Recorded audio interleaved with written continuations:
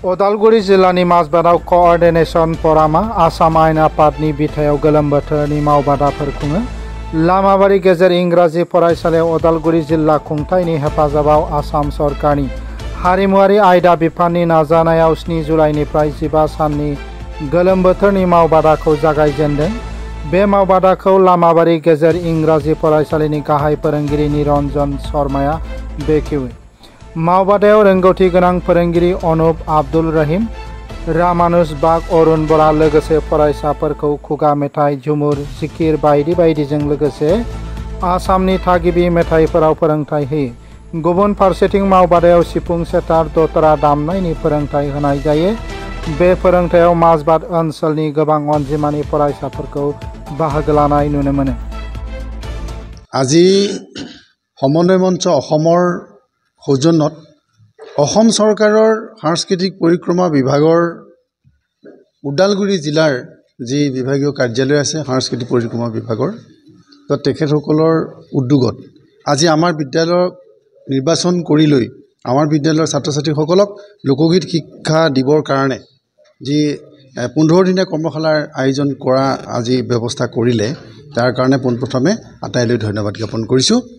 আৰু আজি আমি লামাবাৰী মধ্য ইংৰাজী বিদ্যালয়ৰ প্ৰধান শিক্ষক হিচাপে মই বিদ্যালয়খনৰ ছাত্ৰ ছাত্ৰীৰ শিক্ষাৰ লগতে তাৰমানে আমাৰ গীত মাত, আমাৰ যি লোক সংস্কৃতিক যিখিনি কথা আছে যে লোকবাদ্য, লোকগীত, লোকনৃত্য, এই কথাবোৰ যাতে আমি ল'ৰা ছোৱালীখিনিক বুজাই দিব পাৰোঁ, এইটো ক্ষেত্ৰত এই অনুষ্ঠানটোৰ জৰিয়তে আমি যে কৃতকাৰ্যতা লাভ কৰিব পাৰিম, এইটো মই আশাবাদী। আৰু ইয়াৰে এটা জ্বলন্ত প্ৰমাণ হৈছে আমি সাহিত্য সংস্কৃতি সাধনা মঞ্চ অসমৰ উদ্যোগত আৰু আমাৰ বিদ্যালয়ৰ নিজা সহযোগত আমি 1 জুলাইৰ পৰা 7 জুলাইলৈকে আমি লোকগীতৰ কৰ্মশালা এভাগৰ আয়োজন কৰিছিলোঁ। আৰু অতি সুন্দৰভাৱে এই অনুষ্ঠানটো আমাৰ 7 দিন চলিল। আৰু এই যোৱা 7টা দিনত আমাৰ প্ৰশিক্ষকসকলে বা মই নিজেও যিমানখিনি ছাত্ৰ ছাত্ৰীক শিকাইছিলোঁ লোকগীত, আটাইকেইটা লোকগীত তেওঁলোকে কিন্তু শিকিবলৈ সক্ষম হৈছে। তাৰে এটা উদাহৰণ আজি এগৰাকী ছাত্ৰীয়ে সুন্দৰভাৱে লোকগীত পৰিৱেশন কৰিলে।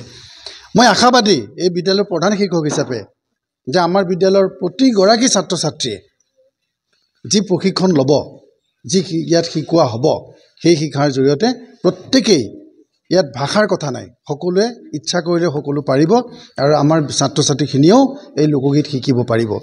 আৰু ইয়াতে আন এটা কথা যে লোকগীত, লোককৃষ্টি বুলি কোৱাৰ লগে, লোক সংস্কৃতি বুলি কোৱাৰ লগে লগে যে আমি লোকগীতেই ক'লোঁ, আমি ইয়াত বৰগীতো হয়তো 2-এটা শিকাব পাৰোঁ, আমি ভূপেন্দ্ৰ সংগীত শিকাব পাৰোঁ, আমি জ্যোতিপ্ৰসাদৰ গীত শিকাব পাৰোঁ, আমি ৰাভা সংগীত শিকাব পাৰোঁ, আমি বিয়ানাম শিকাব পাৰোঁ, আমি ঝুমুৰ গীত শিকাব পাৰোঁ, আমি বাগৰুম্বা শিকাব পাৰোঁ।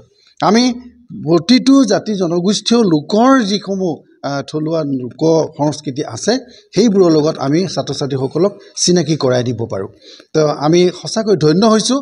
আৰু আমাৰ বিদ্যালয়খনত মাজে মাজে এনেধৰণৰ আঁচনিবোৰ আমি কৰিয়ে থাকোঁ হওক, কিন্তু এইবাৰ তাতকৈ ধন্য হৈছোঁ যে অসম চৰকাৰৰ আমাৰ সকলোৰে শ্ৰদ্ধাৰ মুখ্যমন্ত্ৰী ডক্টৰ হিমন্ত বিশ্ব শৰ্মাৰ ফটোসহ তেখেতৰ যি উদ্যোগ যে 126টা বিধানসভা সমষ্টিতেই তেওঁ গ্ৰীষ্মকালীন যি শিবিৰৰ যি কৰ্মশালাৰ আয়োজন কৰাইছে, তাৰে মাজবাট সমষ্টিৰ আজি আমি তাৰে এটা কৰ্মশালা আমাৰ বিদ্যালয়ে পাইছোঁ।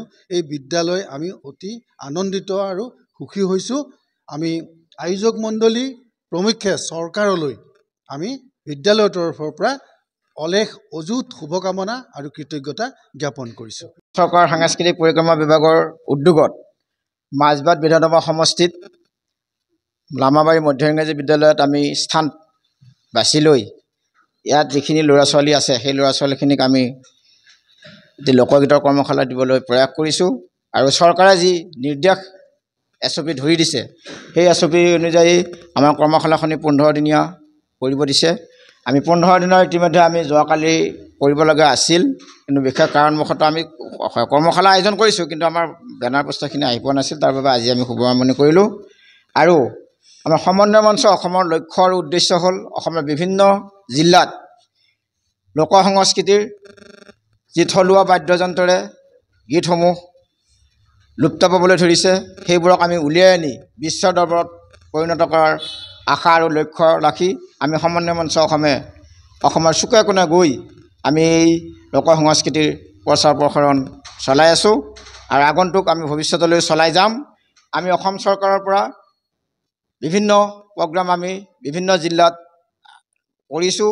তেওঁলোকে আমাক আদেশ নীতি নিয়ম যিখিনি কৰিবলৈ দিয়ে সেইখিনি আমি সম্পূৰ্ণৰূপে মানি চলি আমি এতিয়ালৈকে অনুষ্ঠান চলাই আছোঁ।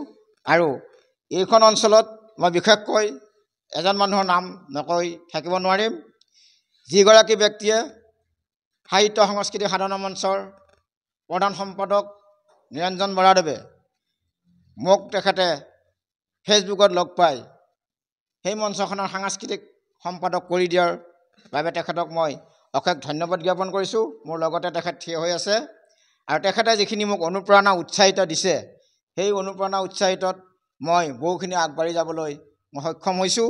আৰু তেখেতকো মই যিমান পাৰোঁ মোৰ ফালৰ পৰা উৎসাহ উদ্দীপনাৰে সাহিত্য সংস্কৃতি সাধনা মঞ্চকো আগুৱাই যাবলৈ মই প্ৰয়াস কৰি তেখেতক মই উৎসাহ সাহস যোগাই দিছোঁ।